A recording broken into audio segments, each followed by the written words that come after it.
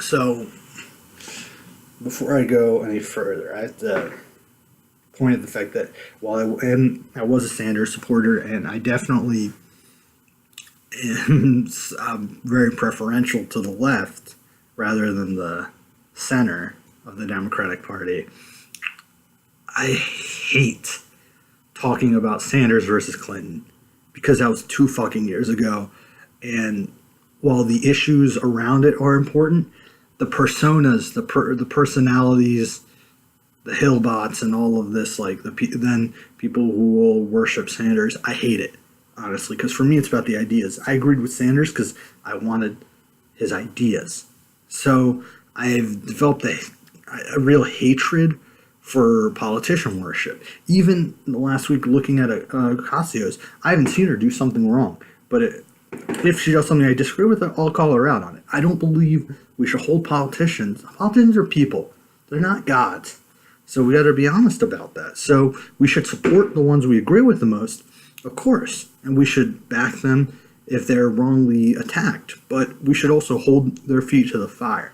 So I really, as I'd say, I hate even touching on this a little bit, but it's been out there, and I feel like everyone else has had a chance to talk about it, so I'm going to as well. So, with the Supreme Court coming out, and then also the Ocasio-Cortez win, there's been kind of a convergence of a couple things. But both of them have led to some disagreements between the more established centrist, quote unquote, the Clinton wing, and the more left wing, quote unquote, the Sanders wing. In particular with the Supreme Court, because Trump's getting all these Supreme Court nominations, some Democrats have come out and just blasted people who didn't vote for Hillary in the last election. And really gone in hard on people like Susan Sarandon and some other people like that. So you've had celebrities, politicians, just a lot of people. And I get that. Some respect. I also, I was really mad at Hillary Clinton when she won. I thought the process was rigged, but ultimately I came pretty quickly afterwards to the point where I was going to have to vote for her because being a Pennsylvania voter, I knew Trump could win those states. I knew that. So I was pretty terrified with the idea of Trump winning, having, not so much for myself, I can hold myself all right, but having family members who, with Middle Eastern background from Iran, who are Muslim, having friends, living in Baltimore of many ethnicities, many races, many religions, having friends who are women. I knew, that we couldn't afford to have a Trump presidency, and so far it turns out I've been right. So I voted for Hillary. I bit my tongue, and I did what I had to do. So I understand their anger. I really do. I feel like some people may have been in a more comfortable position to vote third party or not vote or write in Bernie or whatever, and I don't agree with that. But, I was also in Pennsylvania. If someone's in New York, it doesn't really matter. Someone was in Maryland here, it wouldn't really matter. But at the same time, I understand. So I understand the anger. I really do. But I think that anger being left over is good in some ways. You can use that productively to organize. I don't think this is very helpful, honestly, though. I don't think voter shaming is helpful. You need these people for the next election. So you're going to shit on them, you're going to call them out, you're going to be nasty to them. Are they going to vote for you in 2020? And that's not good. I don't want to see that because I want to see Trump lose. And in 18, I want to see as many progressives win, but even when it comes down to centrists and Democrats, I want to see them win over the Republican because we got to stop his agenda. So I don't see this bashing that the Deborah Messings and of the world are doing. Going after Susan Sarandon. Susan Sarandon this week was, getting arrested at protests against family separation. So you may not like what she says, but ultimately she's probably a California voter. It didn't end up making a big difference. But I understand maybe she influenced some people. I doubt that very much. I say it's more productive to look at where mistakes were made during the election, that aside. All right? Because ultimately, if rank and file voters didn't see fit to come out for you when fucking Donald Trump was running, that should tell you something, that you're not doing something right. So, like I said, long story short, I get it, why people are pissed at those kind of voters, but it's not productive to just start ranting at them. It's just going to create more division. And ultimately, going to take a more of a talking point from establishment people, but ultimately, come November, people got to unify. So if you're going to be nasty to them, it's not going to help. So, yeah, I mean, I get it, but that's where I'm at. And linking in with that is the Ocasio-Cortez victory has led to a lot of backlash. Obviously, from the right, you'll get that, but you also get it from, again, Democratic senators, from Nancy Pelosi, the House Speaker, and they've tried to say, oh, this is a win just for the Bronx, just this one district, just for Queens. And again, I get it. I do. That's a very diverse district. But if you look within the numbers, The Intercept came out with an article where actually a lot of her best showings in the district weren't necessarily in the Latino heavy areas, but also in the white heavy areas, which means she was getting across the board. Okay, which means her policies were attractive to a lot of people. And her campaigning, there was a lot of hustle. All right, she went out and she even said this, and did the work.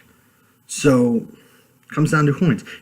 Demographics matter, don't get me wrong, but it's also about, doing the work and having good policy.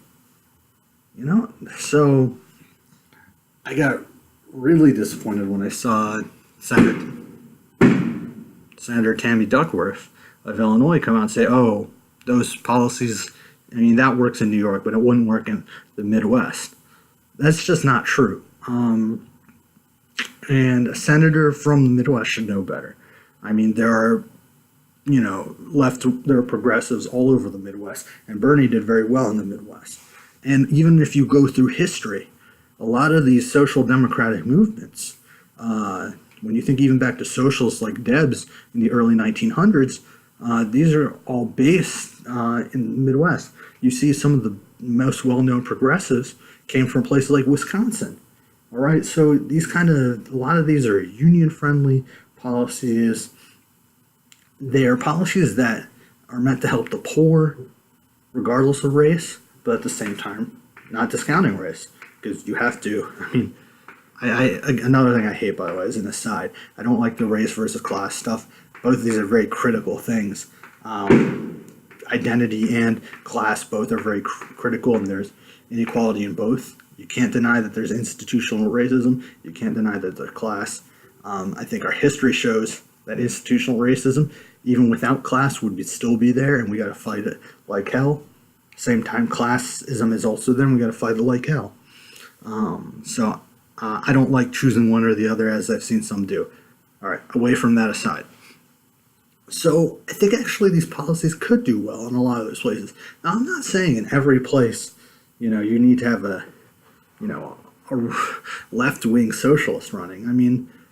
But what I am saying is you have a fair primary, and whoever wins, you support in the general. And 2018 is here, so we don't have a lot of time to dick around with that. So I think actually her message could play well. Medicare, people need health care. People need education. People need jobs. People want good infrastructure. These are not some sort of special thing. So I do agree with some sense that the candidate needs to fit the district, but a lot of these things I think could fit in any district. So again, instead of trying to tip the scales as the Democratic establishment likes to do, have a fair fight. Don't get involved, and the winner gets the support. That's basically what that's what you have to talk about. Whoever wins is the strongest candidate, usually. Don't get involved. And that's, I think, to this day, what pisses off a lot of progressives about 2016. I mean, the DNC tipped the scales. Just be neutral. Let a fight happen in the primaries. Primaries are a good thing. You know, this is one of the things of the aspects that our system is actually very good. That even the Brits don't even have that. And I see a lot of Brits talk about. I was listening to a radio show on Friday. The host was talking exactly about that. I said, you know, and who's been known, by the way, a host who's been known to be very critical of the U.S. But he said, you know, this is one of the very admirable things, this primary system, because they don't have that sort of primary system in Britain in terms of parliament. So I think we should take maximum advantage. So, and then that will also make it better in the sense of if you don't tip the scales, or if you're not seen as tipping the scales, if you give a fair fight, two sides fight, then you don't have as much bad blood going into the general. You can get a unified front, a coalition of sorts, because that's what our parties really are. They're what in Europe would be coalitions. You unite the party and you kick the Republicans' asses. But instead, all this petty business comes out. So, look, you can put blame on both sides, but most of it, in my opinion, goes with the establishment. Not pretending to be a neutral arbiter by any stretch, but the notion that they want to lecture people on how to win the Midwest is pretty laughable, because they had their candidate 2016, and where did she lose that race? Pennsylvania, Michigan, Wisconsin, the Midwest, Big Ten country. That's where she lost it. So, you know, maybe open your mind and give it a shot. See what happens. All right. And, you know, if you get younger people in, you'll strengthen your bench for a lot of these elections. Because right now, the Democrats don't have much of a bench. They don't have a lot of people. A lot of their top people are very old or too young in the case of Ocasio-Cortez. So there's a gap there. So, you know, I think the Democrat Party needs to encourage this type of thing. Don't, you know, put your finger on the scale. So that's all I got for today. Have a happy 4th of July. And I will talk to you next time.